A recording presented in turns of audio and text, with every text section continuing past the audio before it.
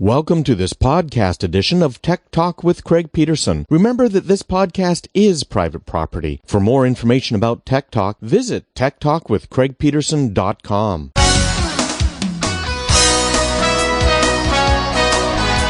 Welcome back to Tech Talk with Craig Peterson. Today we're talking about different types of technology that are out there that are coming down the pike. And, it's hard to tell which technology is really going to win. Which technologies are coming to the forefront, what is really going to affect our lives. There's technologies everywhere. Look around you, right? We were just talking about that, in fact, in the last segment, and all of the technology that's out there. So how do we know what to expect tomorrow? Which technologies are going to be a big deal in our lives? Well, one of the ways to tell is to look at where the smart money is going. Technology, particularly in the web world, usually starts out in someone's garage or basement or in the kitchen. The guy sitting there with his cups of coffee who's just getting highly caffeinated, working 24/7 to come out with the next greatest website. And yet before he knows it, there's 20, 30, 100 other competitors out there who are also in the exact same space.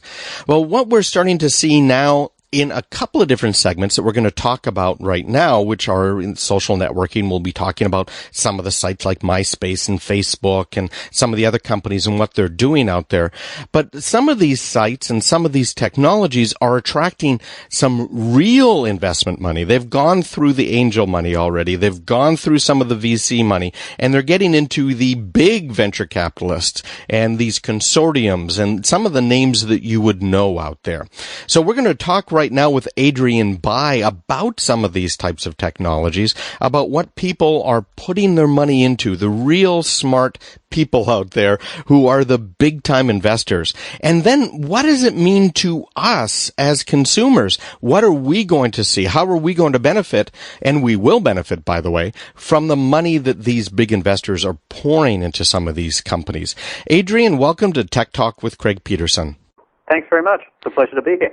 Well, I started out by talking about some of these technologies, the way venture capital money kind of follows technology. It used to be a game of cat and mouse, right? Or the chicken and egg. Which is going to come first, the money or the technology? And I think what we've seen so far is usually the technology comes first. It's somebody or a group of somebodies who are working, second, third jobs, if you will, trying to build a new product, and then money starts to chase after it. Investors start to get involved. And I know that you keep track of a lot of this stuff. You have a website out there, adrianstips.com, ADRIANS, tips.com. We'll put a link to that on the Tech Talk with Craig Peterson website. But, you look at this stuff, you do a lot of consulting, Adrian, out there for different companies. What are we seeing? Why is money chasing after some of this internet business after that massive collapse of the internet bubble? One of the big things that's happened in the last couple of years is we figured out how to make money on the internet. We figured that it's a lot of it's about being able to track advertising and seeing where the money's going, and that started to restore some confidence into the overall internet arena. But basically, a few years ago, a lot of the advertising dollars that was on the internet was exaggerated, whereas what we're seeing now is built around very sound metrics, and so the real true foundation is falling into place. It's actually a little similar to what happened with the computer industry in the 90s. Mm-hmm. Yeah, that's a really good point, Adrian. And I had almost kind of forgotten about that. But what was happening is you'd have one company who would spend $10,000, let's say, on buying some internet ads on a website. The foundation for all of these ones are around some kind of direct response advertising, and so there's a particular ad action which is required by the advertiser in order to say, okay, we're willing to pay $10 per lead or $10 per email address or $10 per something, and so that it's all tracked back and therefore built on a very firm foundation. Well, which makes a lot of sense too. So we are starting to see some of the advertising revenue, the lead generation, and that's starting to make some money for people, which is ultimately, of course, what they want to do. We're speaking right now with Adrian Bai. He is a consultant on the internet about marketing, and we're talking about some of the money that's out there right now, kind of chasing the internet investments, so we can have an idea of what's coming down the pike for us all. And his website is adrianstips.com.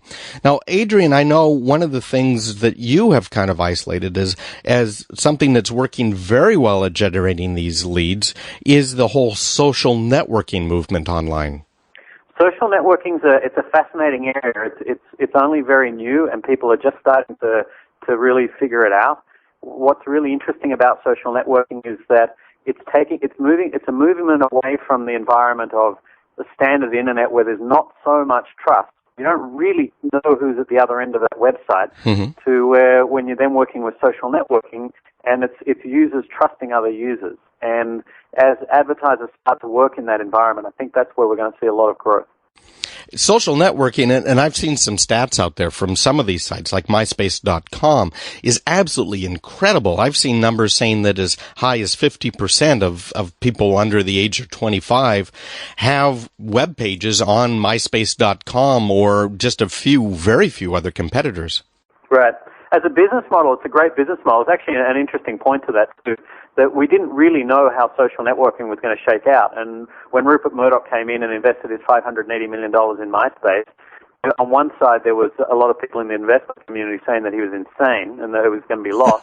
And then on the other side, the technology people are saying he's made the deal of the century. And Rupert Murdoch sort of stood back and said, well, let's give it 2 years and we'll know whether I've either wasted my money or I've made a killing. And as it turns out this year that MySpace is on track to do $200 million. And so I think we can already safely say that Rupert Murdoch's smiling about that bit.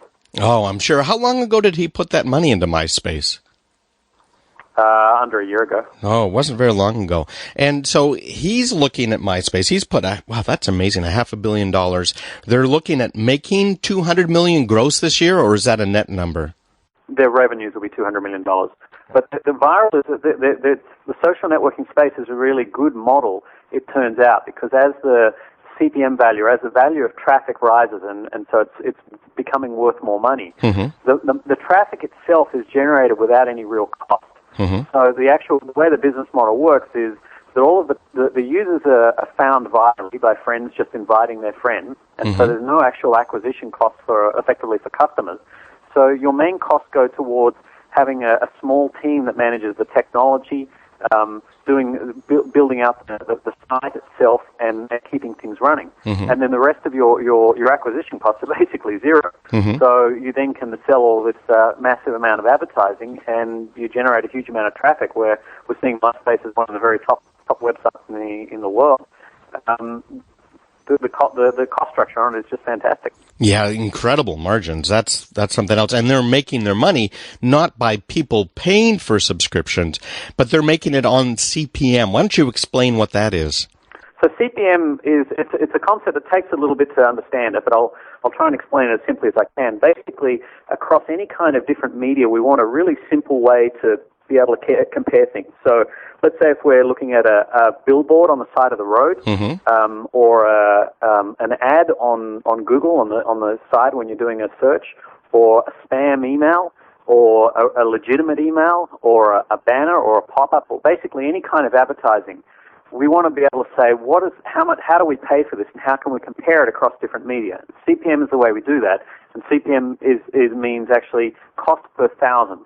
And so we're actually, across all of those different media, we look at what is our cost per 1,000 impressions, or our cost per 1,000 people that see it. So when we're running MySpace, we might run some banner ads or some different ads on the site. We want to know how much is an advertiser going to pay us for us to show 1,000 impressions of our ad to people. And then the same thing in the not nice area of going across to spam. It's the same thing. If a spammer sends out 1,000 emails, that's considered, assuming those 1,000 emails are delivered, what's their CPM rate, or the cost per thousand delivered on that spend. So they're actually paying for ad views as opposed to click-throughs. I know that Google, for instance, it doesn't matter, how many times your ad is viewed. All that matters is how many times it's clicked on. Now, of course, Google will knock you out of the program if you're not getting enough clicks. But these revenue models are looking primarily at how many eyeballs see my ad. Yeah, I mean, Google's actually moving towards cost per acquisition. There's two sides to this. One side is what the publisher wants, the guy who's got the traffic. And so in this case, let's take MySpace. They want to get the highest CPM rate for their traffic they possibly can.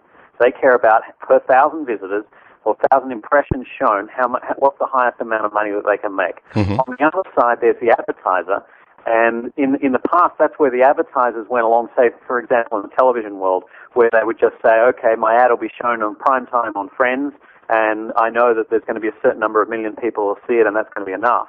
So what that's now changing to on Google is they're saying, okay, I need to get, let's say if I get a lot of clicks through to my website, I need to be able to acquire each email address of a person that joins my list, or some kind of interaction or something that happens on the Google side.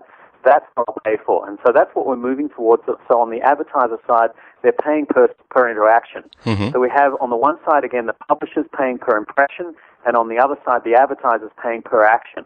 And then the balance then, and this is where the brokering and keeps all the media people in business, is figuring out how to most efficiently take that advertising campaign on a CPA or a cost per acquisition basis and have it fit as high as possible on the CPM side. Does that make sense? Yeah, I think it does make sense. We're speaking with Adrian Bai right now. He does a lot of mass market consulting out there. His website is adrianstips.com. Adrian with an S at the end, tips.com. We'll put a link to that on our website, Tech Talk with Craig Peterson, as well. Now, I know one of the problems that Google has been having that's really been upsetting advertisers is this whole idea of websites that their ads are appearing on being, their ads are clicked on by people who don't care about buying their product. All they're trying to do is drive up revenue for their own website. And then also competitors going out there who are basically blowing their competition's advertising budgets completely out of the water by clicking on their competitors' ads and then start putting their own ads in the place. And, because of the bidding that's going on in the Google world, it gets pretty complicated. Are we seeing improvements in that sort of thing as well, where people are not paying for clicks that really they don't want? That's a really interesting question. Google, I believe, has actually, and this is going to sound crazy, but I'm just going to say it. Google, I think, has actually got the wrong model with pay-per-click.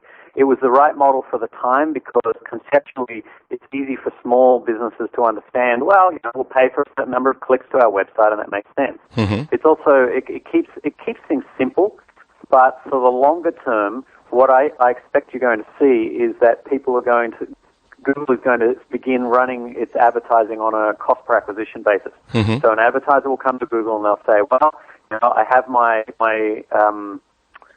item that I'm selling, and I'm selling it for $20, and Google, I'll give you $10 commission on every sale. And so Google, I want you to run as much traffic as you can. Here's some sample keywords, and just get as many sales as you possibly can, as long as it's under this $10 cap.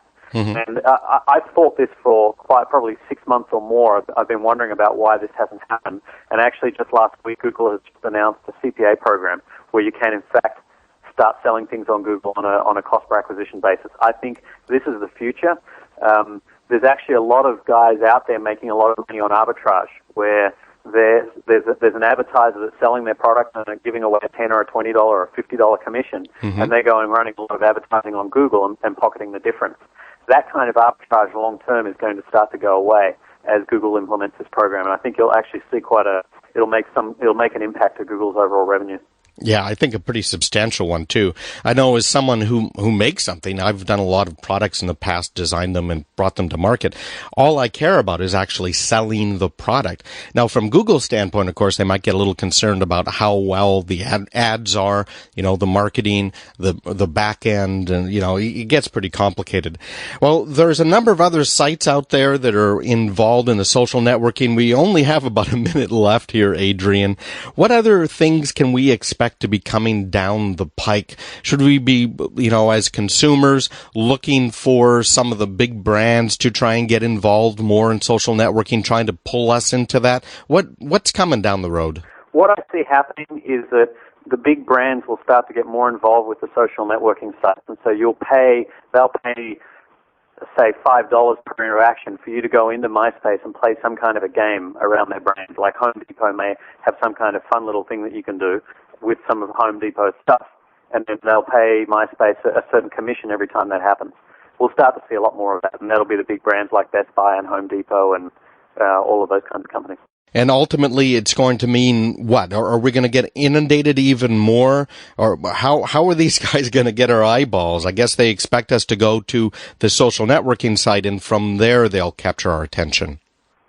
It'll become more subtle. There's a lot less trust, and the younger generation has a lot less trust of what's going on online, and that's why it needs to be done in a way that generates higher trust. And so that's something that's going to shake out over the next 5 years, I think.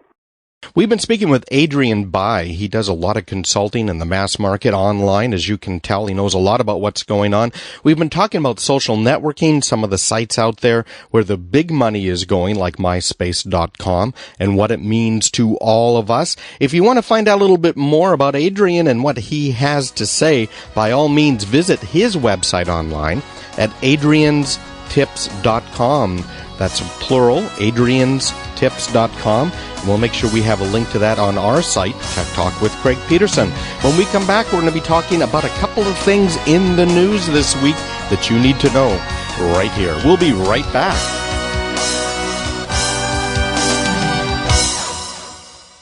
This show is for entertainment purposes only. If you want real advice, pay Craig next time. You cannot rebroadcast, requote, or cite any of the information aired here without the express written permission of the show's owner. Craig's ultimate goal is to rule the world, but until that happens, we'll see you next week. Thanks for listening.